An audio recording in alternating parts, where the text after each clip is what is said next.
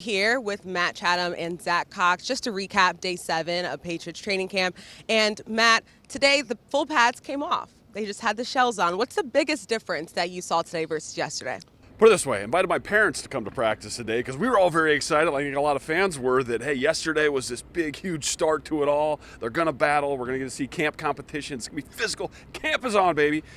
And then today is kind of like the big hit the brakes, right? So I think from a fan standpoint, if you're really sort of investing in this idea of player A fighting player B for a job, today kind of wasn't the day for that. And now, granted, from a player perspective, they love this stuff. It's not something I ever experienced, but we saw some of the guys that maybe got banged up a little bit, got the first nicks on day 1 yesterday. And what this sort of allows you to do is, really the risk of injury is when you start piling them on top of each other. You're a little bit hurt but not quite injured, and you go back out in full pads again and accentuate it.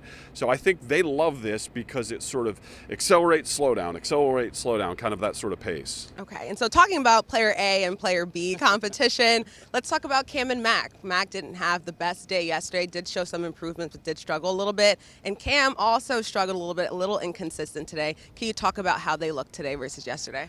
Yeah, that sentence right there kind of encapsulates this entire Patriots quarterback competition this summer. I don't think either quarterback has drastically outplayed the other through 7 days here. Yesterday, day 6, was clearly Mac Jones' worst day of the summer. I think that was the day where you saw the gap at its most significant, but Jones was better today. He did have an interception, had another near interception, but he got a lot of work at the end of practice. He actually closed out practice with 16 consecutive reps, so Josh McDaniels and that offensive staff are really trying to get the rookie those opportunities in there.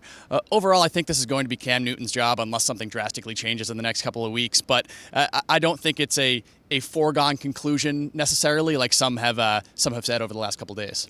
Well, let's talk about a player who had a good day. Let's talk about N'Keal Harry. He's had a few solid days. What did you see today from him? Yeah, N'Keal Harry had a great day today. He had I had him down for 6 catches on 6 targets in competitive team drills. Also looked really good yesterday. Had a really acrobatic catch against Jonathan Jones in one-on-ones. And N'Keal Harry is a guy who's been under the microscope, both because he hasn't been very productive in his first 2 seasons. He had the public trade request a couple of weeks ago, and so with those two things put together, you look at him as a guy who isn't a lock to make this roster, but he's looked good so far in camp overall over these 7 days. Also, we talked to a couple of his position coaches today. They've said he came in great shape. He's been doing everything the team wants him to do. So it's still, I think, not a guarantee that N'Keal Harry is on the team this year, but he's certainly helped his case over this last week or so.